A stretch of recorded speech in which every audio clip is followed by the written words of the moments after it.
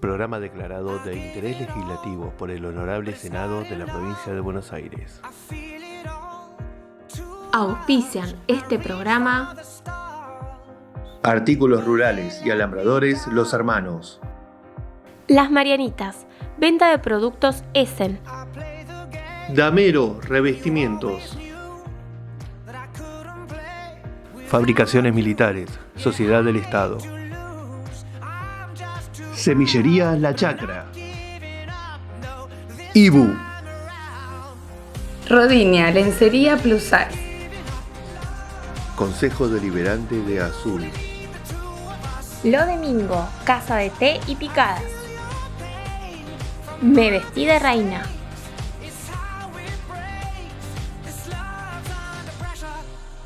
Hola, bienvenidos otra vez a Historia de Miércoles TV. Hoy estamos en la Biblioteca Ronco de la ciudad de Azul y estoy muy bien acompañada porque estoy junto al arqueólogo Luis Borrero. Hola Luis, ¿cómo estás? Muy bien, un placer estar acá hablando con vos. El placer es nuestro y más que estés en nuestra ciudad y que nos traigas una charla al Museo Esquirru de nuestra ciudad. Contanos un poco sobre la temática de esta charla que pasó en nuestra ciudad. Bueno, lo primero, colaborar con una charla en el museo es un placer porque el museo cumple una función en Azul que es muy importante y creo que toda actividad que se le pueda agregar le sirve y yo estoy totalmente en apoyo de su gestión. La charla es sobre el poblamiento de América del Sur, que es un tema al cual yo me dedico como investigador, lo cual implica de alguna manera la dispersión de Homo sapiens en el planeta, porque la llegada de nuestra especie a América es necesaria para explicar América del Sur y para explicar eso hay que explicar de dónde sale, bueno, África, ahí tenemos todo el planeta involucrado. Así que de eso voy a hablar. Es un tema que además es muy necesario porque no tenemos en nuestra ciudad una gran divulgación al respecto. Y es un poco también saber de dónde venimos y cuando hablamos de seres humanos y de temas que por ahí son un poco candentes, por ejemplo, se me ocurre pensar en la inmigración, que en realidad somos pobladores del mundo. Sí, por cierto. Yo estoy convencido de que hay muchas más lecciones que las que hemos aprendido interrogando el pasado. Las más inmediatas, las más obvias y que en mi trabajo de investigación están implicadas tienen que ver con el cambio climático, por cierto, en el que no solo vamos incluyendo modelos acerca de cómo ocurrieron las cosas, sino que obtenemos datos acerca de las respuestas humanas a distintas consideraciones de cambio de hábitat, que sirven para entender la magnitud de lo que espera a un planeta que está teniendo un constante crecimiento de su calor promedio anual y bueno, las consecuencias son inmediatas y eso la arqueología ya lo enseña. Las autoridades poco se preocupan por esos modelos, pero está en la actividad el tratar de llegar de todas maneras con la voz, ¿no?, de los que están investigando. Qué bueno que traigas esto a colación, porque en el imaginario popular pensamos en un arqueólogo como una persona encerrada en un museo, llena de microscopios o haciendo una excavación y que queda solamente ahí. Sin embargo, vos lo que nos traes es el impacto inmediato de la ciencia a la vida cotidiana. Sí, hay múltiples formas de llegar a eso. Vos llegás como arqueólogo, por ejemplo, a discutir la importancia de las cañerías de plomo y el impacto que ahora como investigadores del pasado sabemos que ocurrió sobre las poblaciones que consumían agua relacionada con el plomo. Aún hoy hay cañerías de plomo en ciertos lugares, que es algo que ya mismo hay que cambiar. Esto que digo es una migaja de información entre muchísimas otras. La acción de una persona que se dedica a la arqueología también tiene enormes incidencias en relación con la conservación de la biodiversidad. de múltiples maneras. Uno de los proyectos en que yo trabajo tiene que ver con el impacto del estrés invernal sobre poblaciones de guanacos en el interfluvio de los ríos Coile y Santa Cruz, en la provincia de Santa Cruz. Y lo que aprendemos allí es algo que deben tomar los especialistas que están preocupados por la conservación del guanaco así. Dennos todos esos datos, por favor, porque nosotros tenemos datos acerca de las condiciones bajo las cuales mueren guanacos en circunstancias de ambientes que sufren 3 días consecutivos con temperaturas bajas promedio por debajo de la media del mes. Ya con eso sabemos que empiezan a incorporarse animales muertos por estrés invernal.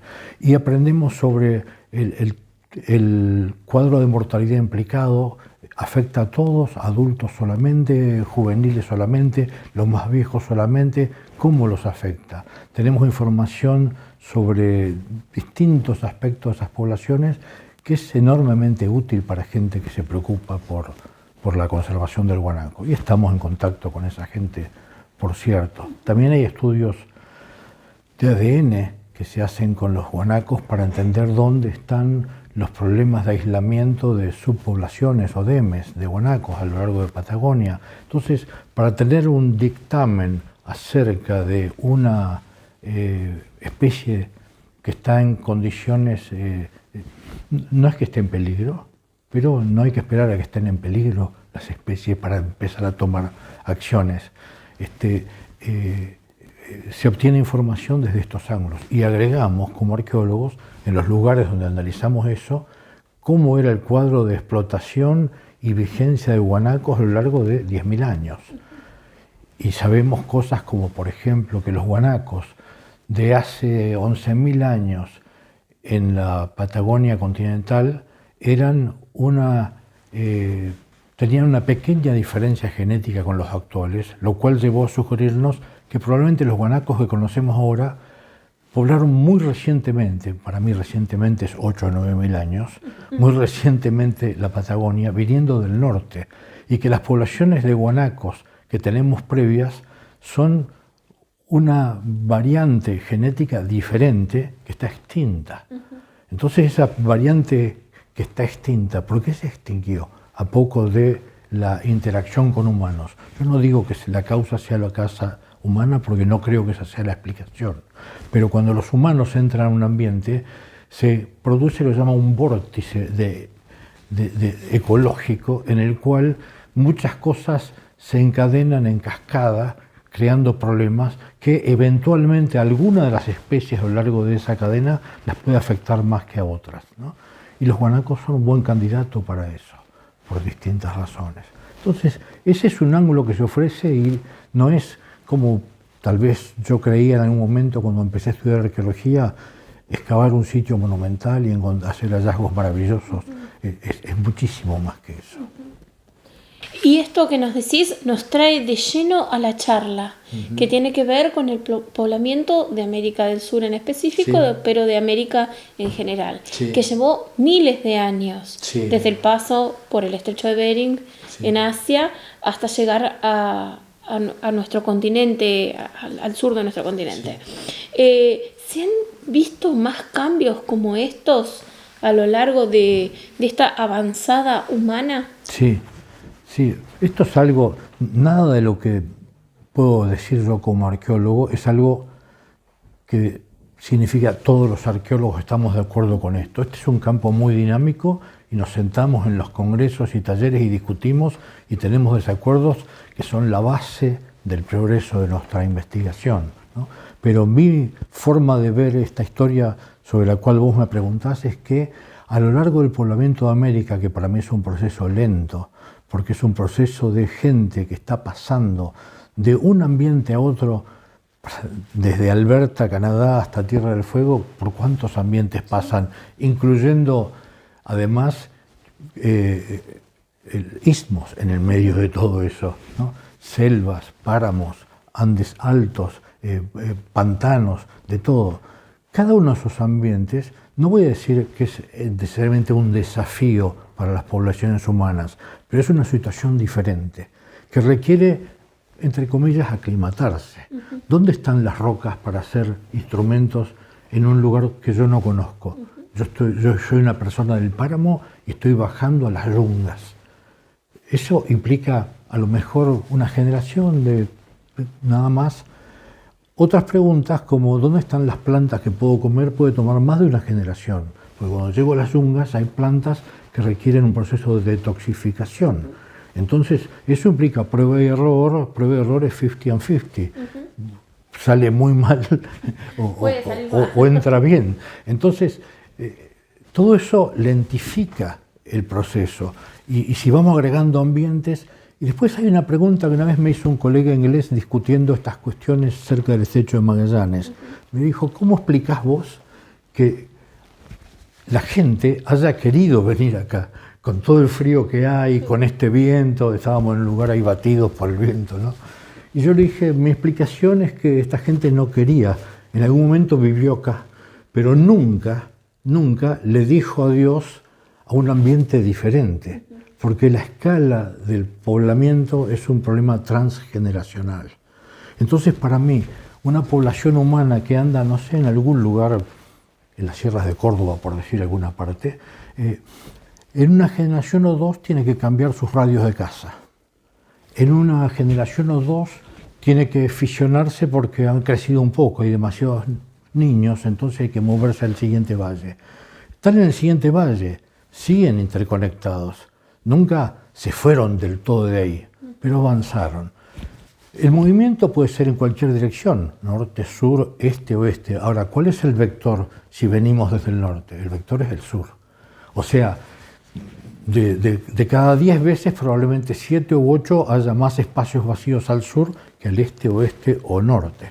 Entonces, ese es un modelo, que es mi modelo de poblamiento, es un modelo de adquisición de conocimiento de un espacio, incorporación de espacios y sus recursos que requiere muchas generaciones y que en el fondo explica cómo se pueden llegar a poblar lugares que para nosotros no serían la primera opción. No, claro. Además, el poblamiento original de la Patagonia ocurrió durante un periodo que se llama el Antarctic Cold Reversal, que es un periodo particularmente frío, que ha sido detectado en columnas de análisis en la Antártida. O sea, muchísimo más frío que acá. Al decir muchísimo más frío, estoy diciendo algo así, como mínimo 5 grados por debajo de la media de invierno para los inviernos, lo cual significa una locura de diferencia. Significa que muchos junios, julios o agostos pudieron tener temperaturas menos 20, menos 19, menos 18, tranquilamente. Y eso es como mínimo. De hecho, voy a presentar en mis distintas presentaciones en congreso y eso, como mencioné aquí en azul, evidencias de existencia de permafrost en la Patagonia, más o menos en el tiempo del poblamiento. Esto significa lugares donde el suelo era hielo. Que parece algo como sacado de un libro de ciencia ficción, pero es la realidad de nuestro planeta. Totalmente. Y así como las personas, los seres humanos, tuvieron que adaptarse a estos cambios, también lo hizo la fauna. Y no es la misma fauna la que encontramos hoy en América del Sur que la que había en un pasado reciente de 8.000 años. Sí, es cierto. Vos has dicho algo que es importantísimo.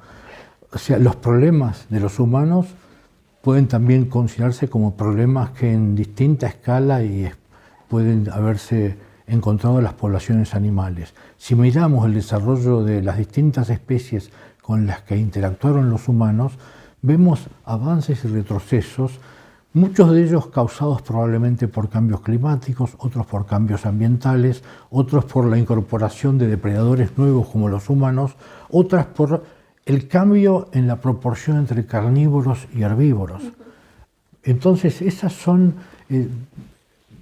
las variables básicas con las que empieza el juego del análisis para mostrar cómo todas las especies pueden reaccionar. Entonces, esa simplificación que por ahí yo la escucho en algunos congresos de los humanos cazaron a la megafauna, con megafauna me refiero a los animales extintos como el milodón, el gliptodon, animales que se conocen bien acá en este sector del mundo, muy, muy grandes que se extinguieron hace unos 10.000 años, llegaron los humanos y los cazaron.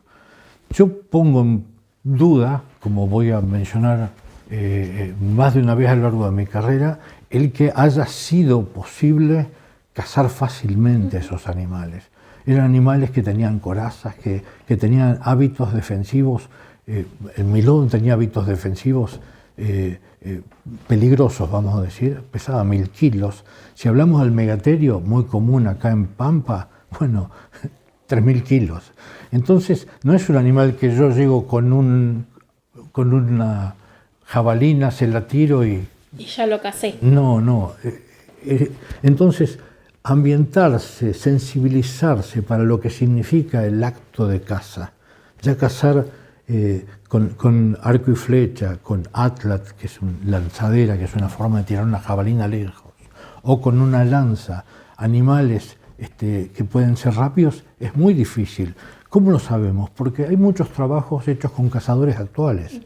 Yo he hecho trabajo con cazadores del Paraguay, he estado en la selva paraguaya con cazadores H y he visto que ellos pueden tirarle a los tapires muchos disparos y no obtener ninguno. Lo usual es que vuelvan sin éxito de caza cuando es un animal de tamaño de tapir.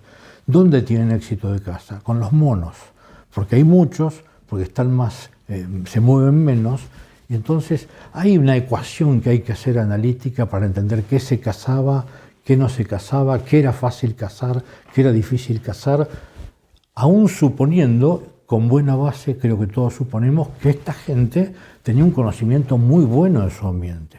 Ahora, muy bueno no significa que todo salía bien. Eran seres humanos como nosotros. Nosotros somos especialistas en movernos en bibliotecas, aparatos digitales y hasta ahí fracasamos, ¿no? Entonces, siempre tenemos nuestros más y nuestros menos, ellos también. Es interesante por ahí ya sacar de tema, cuando hablamos de estos animales, no estamos hablando de los animales de la época jurásica, no, eso es muy anterior, sí, pero quizás sí. Es una duda que surge. Desde ya, sí, es muy cierto, eso es muy cierto. Además, muchas películas han puesto a humanos en relación con dinosaurios y ya es reinteresante, me encantan esas películas, pero hay que verlas como lo que son, una gran diversión y sigamos para adelante. No, estos son animales más recientes, pero son, cuando uno empieza a profundizar el conocimiento sobre ellos, son tan atrapantes, tan fascinantes como los dinosaurios. Los dinosaurios tienen el encanto de ser tan monstruosamente grandes, pero tenemos superballenas también en estos tiempos y que son muy atractivas. Y cuando uno llega, no sé, en el estrecho de Magallanes hace poco varó una ballena azul. Y qué espectáculo que es eso, en términos de sensibilizarse a lo que es megafauna actual, ¿no? Que es parte del aprendizaje para quienes estudiamos eso también. Y eso del poblamiento de América del Sur, por supuesto que nos incluye, pero no nos hace exclusivos, sino que es parte de un mismo proceso, que es un poco lo que podemos observar a lo largo de tu relato. Sí, eso creo. De hecho, parte de mi modelo al que estoy apelando para contestar tus preguntas, porque pareciera que lo has leído y que vas llegando a cada uno de sus elementos, es que para mí muchos de los cazadores recolectores que están expandiéndose, cuando empiezan a tener la posibilidad de ingresar a un ambiente que no conocen, se encuentran ante una decisión. Prefiero quedarme en el lugar que conozco, aunque mis recursos más importantes están bajando, lo cual implica cambiar mi adaptación y adaptarme a recursos de un ranking más bajo seguramente, o vale la pena arriesgarme y empezar con una cosa nueva. Entonces, si se toma la segunda decisión, a veces se toma la primera, y como arqueólogos podemos decidir cuáles son esos casos, a veces se toma la segunda, tomar el riesgo e iniciar un nuevo lugar. En ese caso es muy común, y esto la arqueología tiene pocos ejemplos, pero yo los fui encontrando y en mi trabajo voy avanzando elementos en ese sentido. Los humanos buscan transformar ese ambiente que es distinto al de ellos en lo más parecido a aquellos que ellos conocían. Yo voy a dar mi ejemplo más sencillo. El poblamiento de Polinesia, que operó dentro del Pacífico desde el oeste hacia el este, incluyó para muchas de las islas, era obviamente por navegación, esas enormes naves, enormes por larga, no es que fueran muy grandes, que llevaban 10, 12 personas, a veces un poco más, de isla a isla, entre 3.500 y 1.500 años atrás, llevaban una especie de kit de supervivencia, que era su forma de adaptar. Llevaban gallinas, llevaban las plantas que ellos preferían, llevaban anzuelos que eran los anzuelos adecuados para pescar o en un reef de coral o en las aguas, el tipo de aguas que ellos preferían, porque había muchas opciones. Como resultado de eso, la llegada humana a cada nueva isla significó la transformación de ese hábitat y hacerlo más parecido a aquello que esta gente habitaba en islas previas. Entonces, eso para mí ocurre con cazadores-recolectores en una escala que no es tan fácil de percibir. En las islas no voy a decir que es facilísimo, pero es más fácil, porque tenemos islas muy separadas como unidades de análisis y la unidad comparativa se hace muy fácil. Las unidades comparativas en nuestro análisis en grandes espacios terrestres son más complicadas porque tenemos que discutir mucho la escala, desde acá hasta acá, que toma 1 hectárea, 10 hectáreas, ¿cuál es la unidad? Hay que discutirlo. Y obviamente que llegar a un consenso jamás es sencillo, pero sí es necesario para poder avanzar en este sentido. Sí, claro. Sí. La investigación, yo uso palabras de Isaac Asimov, un autor que admiro muchísimo, quien dijo que hacer ciencia es saber equivocarse en público. Entonces, para investigar, desde ya uno dice lo que cree que ocurre, pero uno sabe que está equivocado, porque nuestro conocimiento es profundamente incompleto. Pero ese es nuestro gambito para avanzar. Si no tomamos ese riesgo, no vamos a avanzar nunca. Yo podría hacer una carrera como arqueólogo en la que encuentro sitios sin contar a nadie por qué elijo aquel o no este otro, los excavo con mucho cuidado, describo todo lo que hay y puedo hacer una carrera y publico. Ahora, ¿para qué sirve eso? Para mí, para nada. La discusión y el planteo de un problema y la búsqueda de equivocarse en el análisis es lo único que va a precipitar algún cambio positivo y que nuestro conocimiento sea más amplio. Luis, yo tengo que agradecerte enormemente que te hayas acercado acá a la biblioteca a charlar con nosotros. Es por demás interesante y esperemos que este sea el primero de varios contactos para poder desandar un poco todas estas cuestiones que son estrictamente necesarias para aprender un poco más sobre la humanidad. Te agradezco muchísimo la oportunidad que me das de compartir esto con más gente. Gracias, Angie. Gracias a vos. Nos vemos pronto. Espacio publicitario. Se va la primerita. Los Hermanos, de Frías y Fernández. Ubicado en De los Fortines y Puan, tenemos todo para el campo y alambradores. Contamos con 8 cuadrillas de alambradores brindando un excelente servicio en toda la zona. Comunicate al 2281 65 72 60. Las Marianitas, venta de productos Essen, asesoramiento y cocina con las mejores cacerolas del mundo. Mejores sabores, mínimo consumo, más saludable y mayor durabilidad. Diseño, estilo y calidad. Envíos a todo el país. Búscanos en redes como marianita.essen.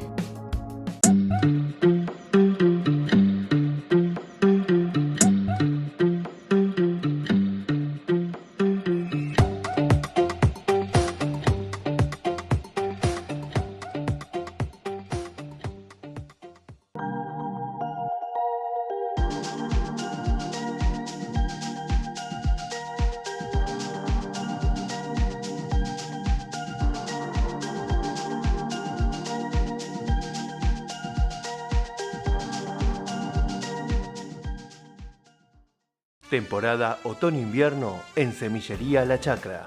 Con el inicio de temporada otoño-invierno llega gran variedad de plantas, semillas y bulbos de época. Además, contamos con todas las herramientas y productos para tu jardín y ofrecemos asesoramiento personalizado tras 62 años de experiencia al servicio de nuestros clientes. Visítanos en Avenida Mitre 678 Azul.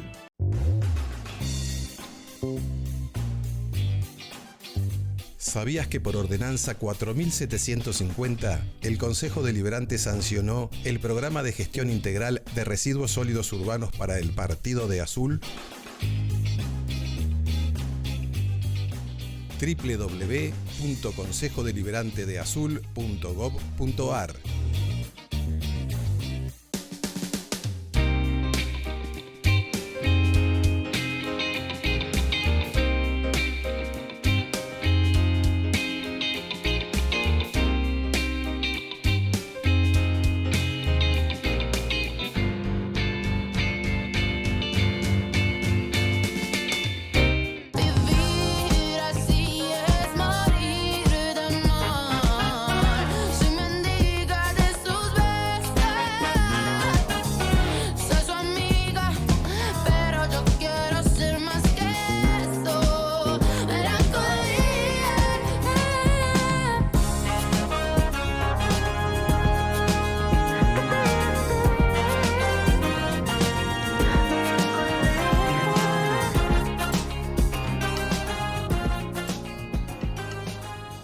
Ibu tiene todo lo que necesitas para estar a la moda.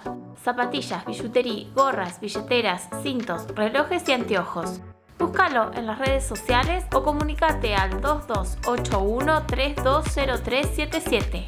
Abierto de lunes a lunes, de 9 a 13 y de 15:30 a 20:30 horas en Avenida 25 de Mayo 657. Rodinia Lencería Plus Size. Te ofrecemos ropa interior en todos los talles, corpiños hasta el talle 125. Conocé todos nuestros modelos ingresando a nuestras redes. Trabajamos con las reconocidas marcas Areta, Natuel, Mora, Marcela Cauri, Rosicó y Peter Pan. Podés abonar con efectivo, con todas las tarjetas y cuenta DNI. Contactanos, así coordinamos una cita a domicilio para que puedas probarte lo que vos quieras. En Azul, envío sin cargo. Fin. Espacio publicitario.